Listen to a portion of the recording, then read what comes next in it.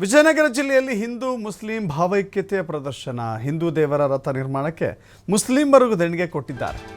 ಇದೊಂದು ಅಪರೂಪದ ಮತ್ತು ಮಾದರಿ ಪ್ರಸಂಗ ನಡೆದಿದೆ. ವಿಜಯನಗರ ಜಿಲ್ಲೆಯಲ್ಲಿ ಹಿಂದೂ ಮುಸ್ಲಿಂ ಭಾವೈಕ್ಯತೆಯ ಸಮಾಗಮ ಆಗಿದೆ. ಆಂಜನೇಯ ಸ್ವಾಮಿಯ ಜೋಡಿ ರಥೋತ್ಸವಕ್ಕೆ ತಯಾರಿ ನಡೀತಾ ಇದೆ. ಹೊಸಪೇಟೆ ತಾಲೂಕಿನ ಮರಿಯಮ್ಮನಹಳ್ಳಿಯಲ್ಲಿ ರಥ ನಿರ್ಮಾಣ ಆಗ್ತಾ ಇದೆ. 4,50,00,000 ರೂಪಾಯಿ ವೆಚ್ಚದಲ್ಲಿ ಈ ರಥ ನಿರ್ಮಾಣ ಆಗ್ತಾ ಇದೆ. ಜೋಡಿ ರಥಗಳು 2 ಲಕ್ಷಕ್ಕೂ ಹೆಚ್ಚು ದೇಣಿಗೆಯನ್ನು ಮುಸ್ಲಿಂ ಸಮುದಾಯ ಇವತ್ತು ಕೊಟ್ಟಿದೆ. ಆಂಜನೇಯನ ರಥೋತ್ಸವಕ್ಕಾಗಿ ಮುಸ್ಲಿಮರು ದೇಣಿಗೆಯನ್ನು ಕೊಟ್ಟಿದ್ದಾರೆ. ಅದರ ಮೂಲಕ ಒಂದು ಭಾವೈಕ್ಯತೆಯನ್ನು ಮೆರೆದಿದ್ದಾರೆ. ಎಲ್ಲ ದೇವರು ಒಂದೇನೆ, ನೀವೆಲ್ಲ ಒಗ್ಗಟ್ಟಾಗಿ ಈ ರಥೋತ್ಸವವನ್ನು ಆಚರಣೆ ಮಾಡೋಣ ಅನ್ನುವ ಒಂದು ಮಾದರಿ ಗುಣವನ್ನು ಪ್ರದರ್ಶನ ಮಾಡಿದ್ದಾರೆ.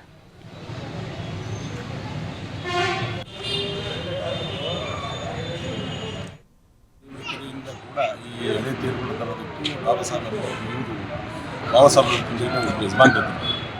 ಆ ಕಾಲದಿಂದ ಕೂಡ ಮುಸ್ಲಿಂ ಸಮುದಾಯ ನಮ್ಮ ಊರಿನ ಎಲ್ಲ ಸಮುದಾಯದ ಜೊತೆಗೆ ಕೆಲಸ ಮಾಡ್ಕೊಂತ ಬಂದಿರತಕ್ಕಂಥ ಸಮುದಾಯ.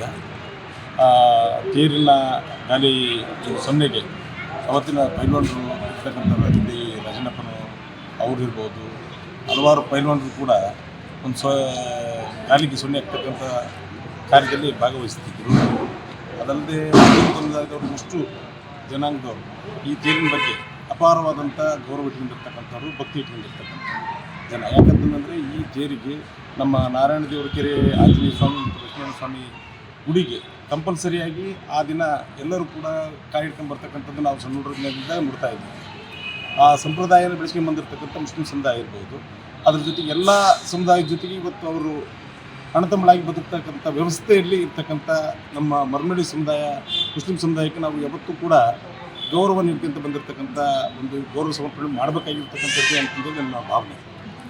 ನಾರಾಯಣ ದೇವರ ಕೆರೆಯಿಂದ ಕೂಡ ಈ ಹಳೆ ತೇರುಗಳು ತರೋದಕ್ಕೆ ಬಾಬಾ ಸಾಹೇಬ್ ಯಜಮಾನ್.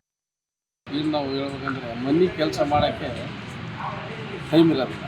ಇವತ್ತು ದೇಣಿಗೆ ಕೊಡ್ಬೋದು, ಎಲ್ಲರೂ 100 ರೂಪಾಯಿ ಕೊಡ್ಬೋದು, 1,000 ರೂಪಾಯಿ ಕೊಡ್ಬೋದು, ಕೋಟಿ ರೂಪಾಯಿ ಕೊಡ್ಬೋದು. ಮನೆ ಕೆಲಸ ಮಾಡೋಕ್ಕೆ ಟೈಮ್ ಇರೋದಿಲ್ಲ. ಅದೆಲ್ಲ ಬಿಟ್ಟು ಅವ್ರ ಬಿಸ್ನೆಸ್, ಅವ್ರ ಕೆಲಸ, ಅವ್ರ ಟೈಮು ಪ್ರತಿಯೊಂದು ತೆಗೆದುಬಿಟ್ಟು ಈ ಒಂದು ಸಮಾಜದ ಕೆಲಸ ಇವತ್ತು ನಾವು ನಿಂತು ಮಾಡೋಣ ಅಂಥೇಳಿ ಆ ಕಮಿಟಿ ಒಳಗಡೆ ಏನು ಕಮಿಟಿ ಇದೆ, ಆ ಸಮಿತಿ ಇದೆ, ಅವರೆಲ್ಲರೂ ಸೇರಿ ಮಾಡಿದ್ದಾರೆ. ಅದರಲ್ಲಿ ಸ್ಪೆಷಲಾಗಿ ಈ ಎರಡು ವ್ಯಕ್ತಿಗಳು